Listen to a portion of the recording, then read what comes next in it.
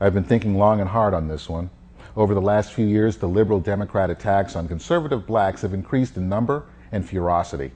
While I'm not surprised by this or the liberal media's silence over the casual use of normally taboo racial slurs directed at blacks, I'm left wondering, just why do we bother?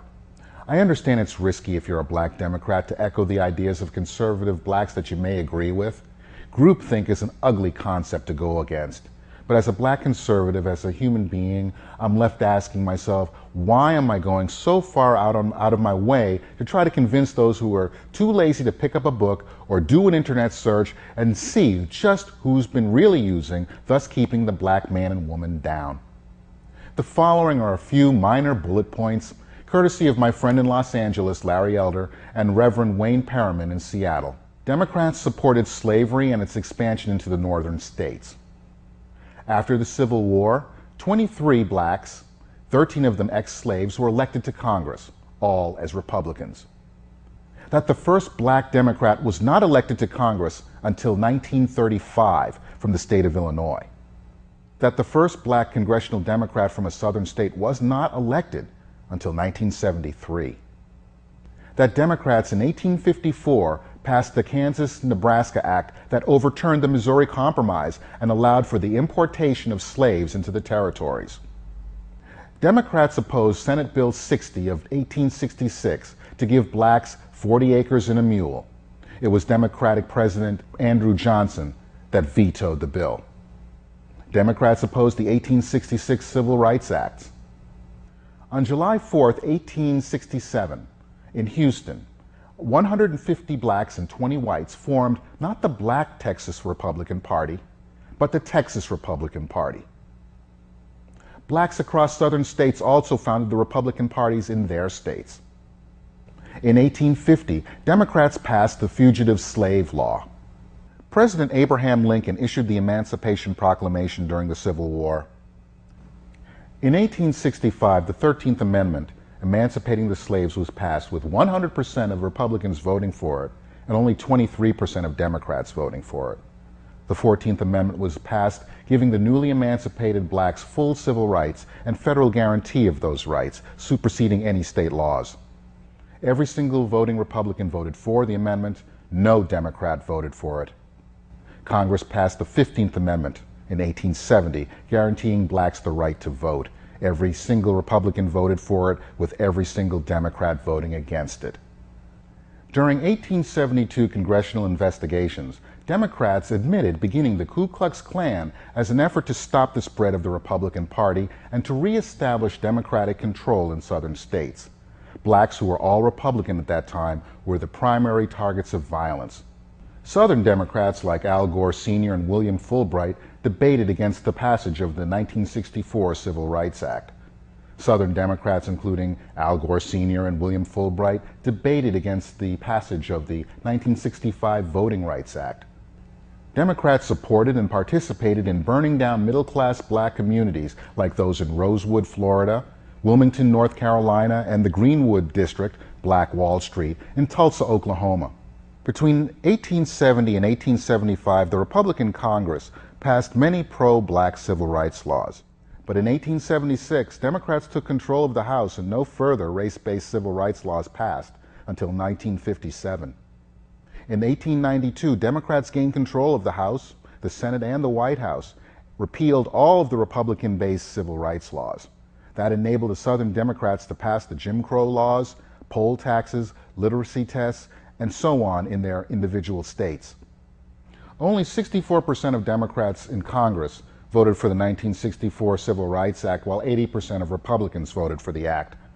Democrats, in an effort to keep blacks in their place, used sadistic torture, terror, and violence, including lynching, mutilations, murder, decapitations, beatings, and burning to death countless numbers of blacks.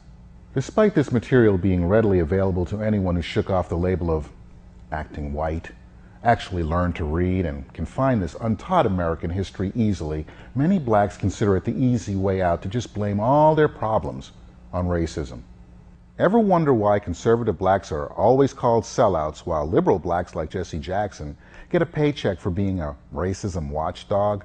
I've always wondered why he goes after any cause that will get him on the television or he targets corporations that will pay him off personally to make him go away. Jackson ignores the real problems in the black community because should they become cured, he'll lose his livelihood.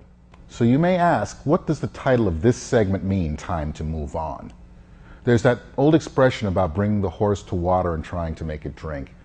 Black conservatives have been spitting into the wind for years now, trying to wake up the sleeping black electorate to the sins of those whom consider themselves the party of civil rights. We have attempted to point our brethren in the right direction, pardon the pun, and have been called Sambos, Uncle Toms, lapdogs, and those slurs yet to be repudiated by those in the mainstream media or academia. Maybe we should just consider some a lost cause and just move on. There are some who enjoy their victim status and use it as a way of blaming others for their own laziness. There are many black folk out there who have used the education system to their benefit and are now self-reliant. They don't depend on a check from the government every month, and they are the true leaders in their community.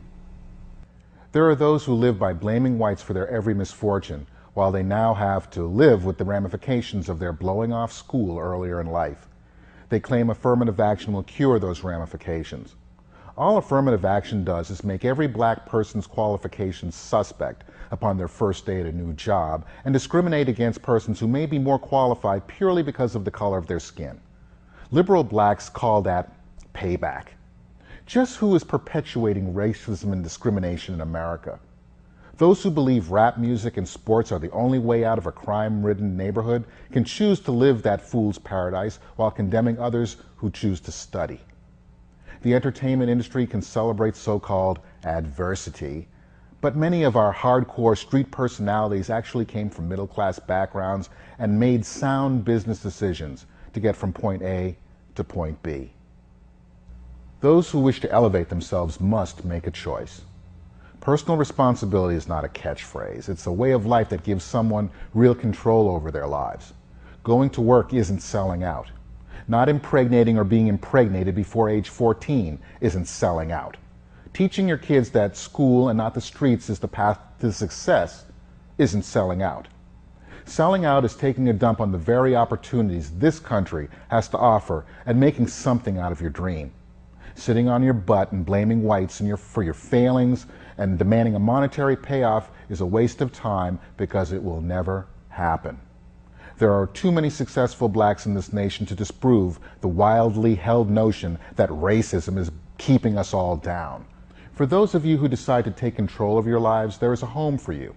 I know it's been hard to stay in the closet because almost all around you would shun you or worse.